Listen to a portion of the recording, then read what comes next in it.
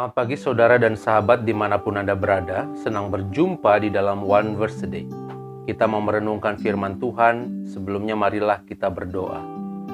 Ya Allah, kami sungguh bersyukur untuk hari baru yang Tuhan beri, untuk kekuatan iman, pengharapan di dalam Tuhan. Kami mau belajar dan merenungkan firman-Mu hari ini. Biarlah Engkau hadir, melawat dan menerangi kami semua. Terima kasih Bapa, di dalam Kristus kami berdoa. Amin. Saudara, firman Tuhan hari ini dari 1 Petrus 2 ayat 10. Kamu yang dahulu bukan umat Allah, tetapi yang sekarang telah menjadi umat-Nya, yang dahulu tidak dikasihani, tetapi yang sekarang telah beroleh belas kasihan. Sahabat, Allah memilih suatu umat yang baru untuk hidup kudus dan hidup sebagai bangsa imam-imam yang melayani Allah. Dalam kitab Keluaran 19 ayat 6, Allah meminta Musa menyampaikan kepada orang Israel bahwa mereka akan menjadi kerajaan imam dan bangsa yang kudus. Dahulu Allah telah memilih Israel menjadi bangsa pilihannya. Namun sekarang Ia memilih semua orang beriman untuk menjadi anggota umat-Nya yang baru. Umat Allah yang baru sekaligus juga menjadi imam yang bertugas di situ. Berbeda dengan konsep imam menurut tradisi Israel, bahwa seorang imam harus berasal dari keturunan Lewi. Selain itu, umat Allah yang baru tidak lagi mempersembahkan hewan kurban, tetapi mempersembahkan pujian bagi Allah dan kasih kepada sesama. Dahulu, orang-orang non-Yahudi tidak dianggap sebagai umat Tuhan. Tuhan memilih Israel menjadi umat pilihannya. Akan tetapi, umat non-Yahudi pun sekarang telah menjadi umat Allah yang baru, yang telah beroleh belas kasihan.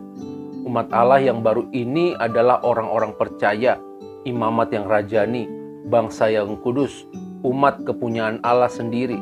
Orang-orang ini dipanggil untuk memberitakan perbuatan-perbuatan yang besar dari Allah, yang telah memanggil orang percaya keluar dari kegelapan kepada terangnya yang ajaib.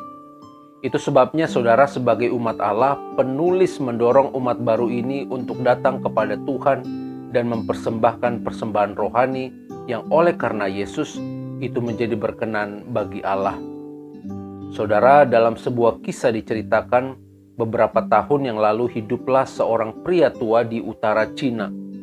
Rumahnya kehadap selatan dan tepat di depan pintu rumahnya terletak dua gunung yang sangat besar, yaitu Gunung Taihung dan Gunung Wangwu. Kedua gunung tersebut menghalangi jalan ke selatan. Karena itu ia duduk dengan anak-anaknya dan bertekad dengan sungguh-sungguh untuk meratakan gunung tersebut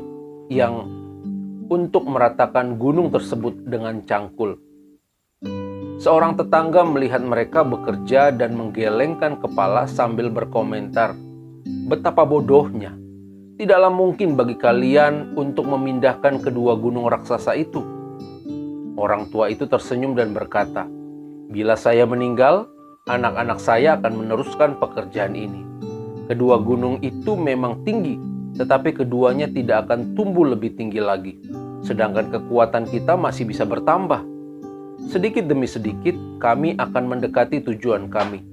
Lebih baik melakukan sesuatu daripada hanya duduk dan mengeluh bahwa kedua gunung tersebut menghalangi cahaya matahari." Dengan keyakinan orang tua itu terus menggali. Tuhan melihat hal tersebut dan tergerak untuk mengirimkan dua malaikat ke bumi. Dua malaikat tersebut mengangkat gunung itu dan memindahkannya.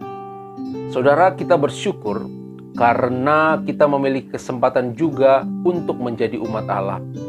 Allah memberikan harapan baru. Allah berbelas kasihan kepada kita, sehingga kita yang dulunya berada dalam gelap dan tidak memiliki kesempatan, karena pengorbanan Kristus, kita dilayakkan untuk memperoleh bagian sebagai anak-anak Allah yang dikasihinya. Itu sebabnya kita diingatkan dan diajak hari ini untuk mensyukuri, yakni dengan mempersembahkan hidup kita kepada Tuhan. Kita meneladani hidup Kristus yang menderita dan melayani dunia ini.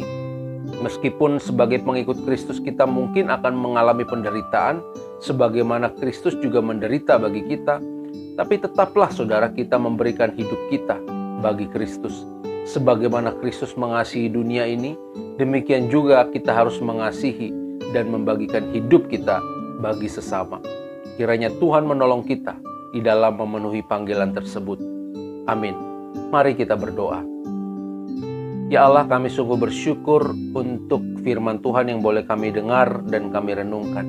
Kami diingatkan hari ini bahwa kami adalah umat yang baru, yang Kau sudah selamatkan, yang Kau berikan belas kasihan di dalam pengorbanan Kristus. Terima kasih Bapa, biarlah sebagai anak-anak terang, kami juga hidup melakukan kehendak firman-Mu dan hidup mengasihi sesama kami. Sama seperti Kristus yang sudah memberikan hidupnya untuk dunia, biarlah kami sebagai anak-anak terang juga melakukan hal yang sama seperti Engkau lakukan. Terima kasih Tuhan. Dalam Kristus kami berdoa dan mengucap syukur. Amin. Tuhan memberkati kita semua, saudara.